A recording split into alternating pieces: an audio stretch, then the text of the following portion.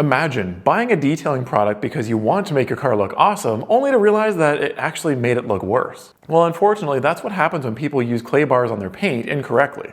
The truth is, clay bars and their synthetic alternatives can be very useful, but they can also cause marring, which makes your car look dull. So in this video, I'm going to explain why clay bars can cause damage to your paint, when and how to use them properly, and what to do if your paint has already fallen victim to one. Clay bars originally came from the Japanese body shop industry, where they were used to remove paint overspray from cars. Then they migrated over to the detailing world, where people found out that they can actually pull bonded contaminants out of paint that simply washing would otherwise miss. Think of things like brake dust and industrial fallout as kind of like getting a sliver on your finger. You can scrub and scrub all you want, and it's not going to go anywhere. You have to actually grab onto it and pull it out. The problem is that people have this misconception that a clay bar is going to make their paint look shinier, and it won't. The only improvements that you'll see from using a clay bar are, number one, it'll feel smoother to the touch, and number two, your wax or sealant will last longer because it can bond to the actual bare paint and not to the contaminants that might be stuck in between it. And don't get me wrong, clay bars do a great job of removing contaminants. So if you're going to be polishing your paint anyways, it's a good idea to use one. But there is a downside to how well this stuff works. It's abrasive. Maybe not like sandpaper or steel wool or something, but certainly more aggressive than like a soapy wash mitt. Because of all this, a clay bar is a necessary evil that should only be used when it's truly needed. But hang on a second, what actually is marring? Marring is made up of thousands of micro scratches, and it causes your paint to look slightly dull or cloudy. And if you're trying to make your car look as awesome as possible, then every little bit of shine counts. A lot of detailers who offer a wash, clay, and wax package will argue that clay bars don't cause marring. Well, it might and it might not, and we'll get into those variables in a second, but the issue here is that they're covering up any marring they've created with that layer of wax. Wax acts as a filler or a glaze, and it can easily fill in the microscopic scratches that are left behind from using a clay bar. Okay, problem solved then, right? Well, not quite. You see, the wax is temporary, and once it wears off, the marring remains. Basically, it's a Band-Aid solution. So what am I basing all of this on? Well, back in 2015, I was doing a paint correction on a Harley-Davidson Street Glide CVO, a gorgeous bike. And as usual, I used a clay bar before I began polishing.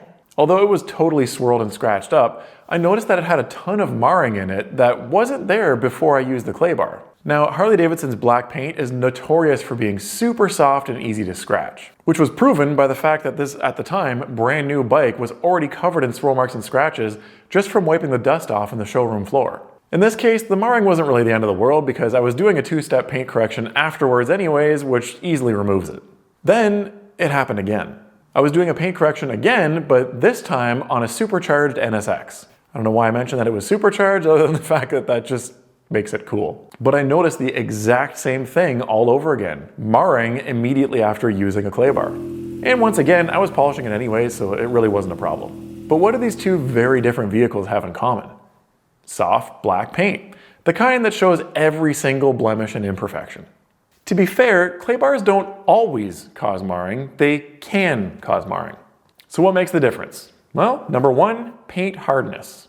I've already touched on the first one, obviously, how hard the paint or clear coat is. Essentially, the harder the paint, the more difficult it is to scratch. And different cars have different paint jobs, so some are hard and some are soft. A hard paint job, especially a really hard one, like the ceramic clears that are sometimes found on newer European vehicles, is going to put up a pretty good fight. They probably won't suffer from any marring, but marring will absolutely be a problem on soft paint. The key here is that if you've ever used a clay bar on really hard paint and it didn't cause any marring, that doesn't really give you the ability to tell everybody that clay bars won't scratch your paint. It's just not quite that simple. Number two, the color. Scratches typically look white when the light hits them. They aren't as noticeable on light-colored cars like silver or tan or white. So even if marring is present, it might not be visible on these colors. And in that case, who cares? Number three, metallic flake. One of the benefits of metallic colors is that the flake in the paint actually disguises imperfections like minor scratches or marring. Straight gloss colors, like this one right here, well, they show everything, and that makes it even more important to keep your paint as perfect as possible if you want it to look awesome. Number four, protection. Lastly, the type of protection that's on your paint when you use a clay bar will play a role too. Waxes and sealants aren't going to help you much here, but a ceramic coating might. Ceramic coatings change the surface tension of your paint, which means that the same clay bar that might scratch your bare paint won't be able to dig into the slick surface to scratch your coated version. PPF will also help you here, especially the self-healing films. A little sunlight will probably be enough to make the marring disappear. Now, you might have noticed a couple of things that I didn't mention, and that's because they won't make a difference. Number 1, the grade of clay. Clay products are sold in different levels of strength, but I've only ever used the finest or lightest grade clay, so if it still causes damage, then that means they all do. Number 2, clay bar versus synthetic clay. In order for a product like this to be able to do its job, it has to be abrasive. There's kind of no way around it. So whether you're using an actual clay bar like this, or a synthetic sponge, or a mitt, or a towel, the thread is still the same. Am I really gonna do this? Well, since I know some of you are gonna think that I'm just being dramatic, I happen to have a black Harley-Davidson sitting right here. And while it's already been corrected and ceramic coated a few years ago, I'm gonna take one for the team, I guess, and I'm gonna test out using a clay bar on it to see if it causes any marring.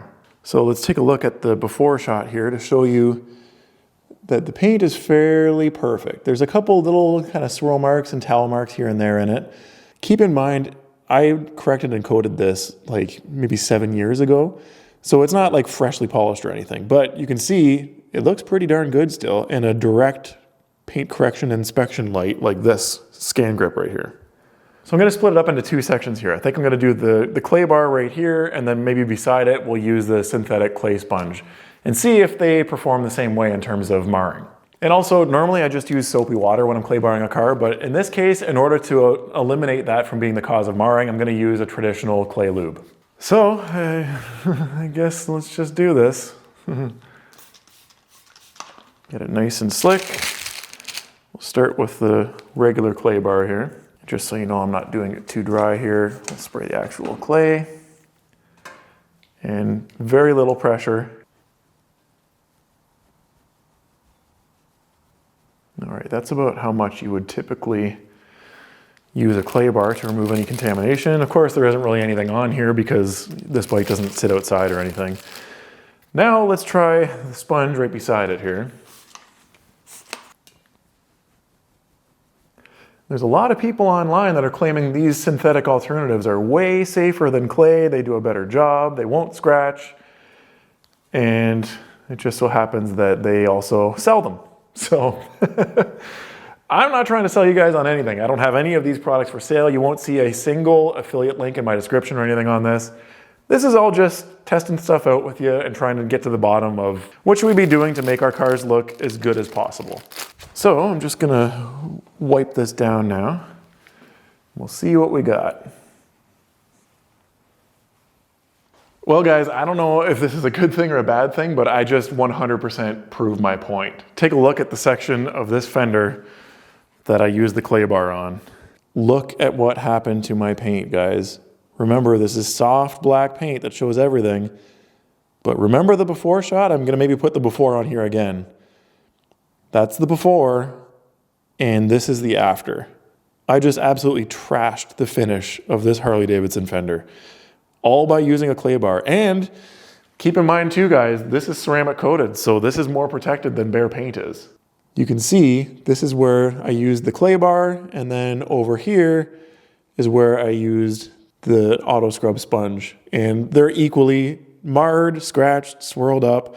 So I just scratched my Harley to prove a point for you guys. That kind of sucks, and I guess I'm gonna have to repolish and coat this thing now.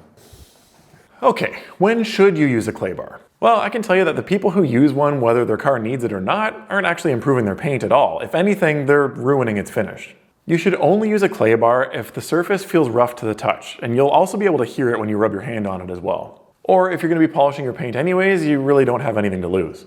But I believe that you should always polish your car after using a clay bar if you want it to look its best.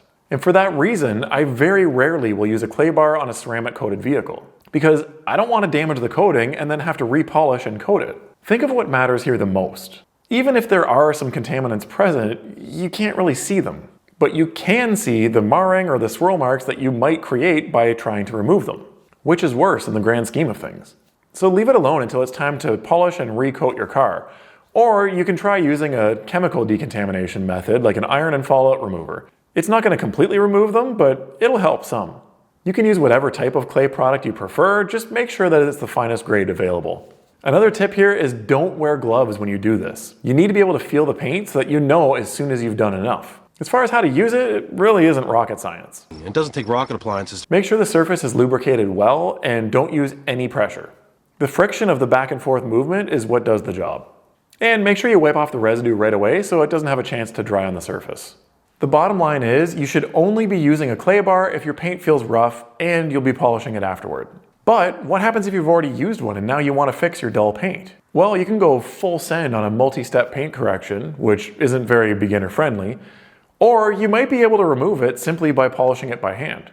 But if you want to remove any marring as well as some scratches and restore a stupid amount of gloss, watch this video next to see how I do a paint enhancement in just one day. Oh, the things that I do for you guys.